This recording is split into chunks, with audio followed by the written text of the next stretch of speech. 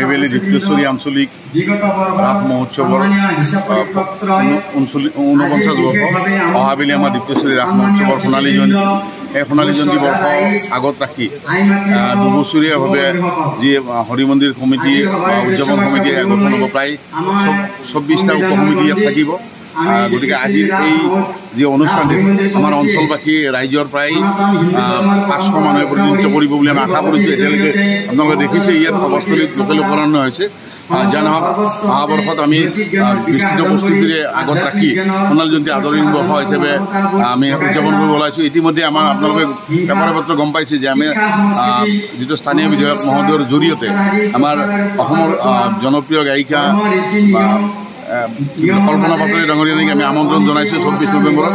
আৰু অহা 21, 22 আৰু 23 নৱেম্বৰত ভ্ৰাম্যমাণ আগশাৰী নাট্য দল আবাহন থিয়েটাৰ দল তিনিদিনীয়া নাট মঞ্চস্থ কৰিব। আৰু বিভিন্ন ধৰণৰ কাৰ্যসূচী আমি বিস্তৃত কাৰ্যসূচী আমি হাতত লৈ প্ৰায় 10 দিনীয়া কাৰ্যসূচী আমি উদযাপন কৰিবলৈ স্থিৰ কৰিছোঁ।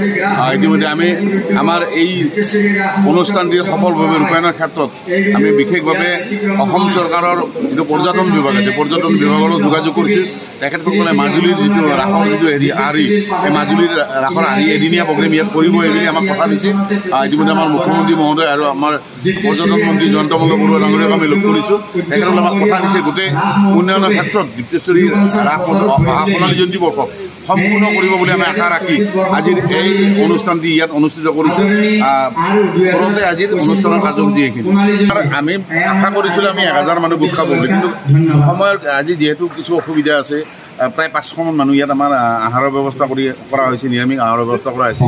আৰু আমাৰ সোণালী জয়ন্তী ইতিমধ্যে আমি বাজেট প্ৰস্তুত কৰিছোঁ। আপোনালোকক বাজেটৰ কপিটো মই দিব পাৰোঁ। প্ৰায় আমি 2 কোটি 19 লাখৰ এটা বাজেট কৰিছোঁ। এই 2 কোটি 19 লাখৰ বাজেটৰ কপি আপোনালোকক মই এতিয়া দি দিম আপোনালোকক। গতিকে আমি যিখিনি পাৰোঁ আমি ৰাইজৰ সহযোগিতা আৰু চৰকাৰী সহযোগিতাৰে আমি অনুষ্ঠানটি পৰিচালনা কৰা আগবাঢ়ি যাম। ধন্যবাদ।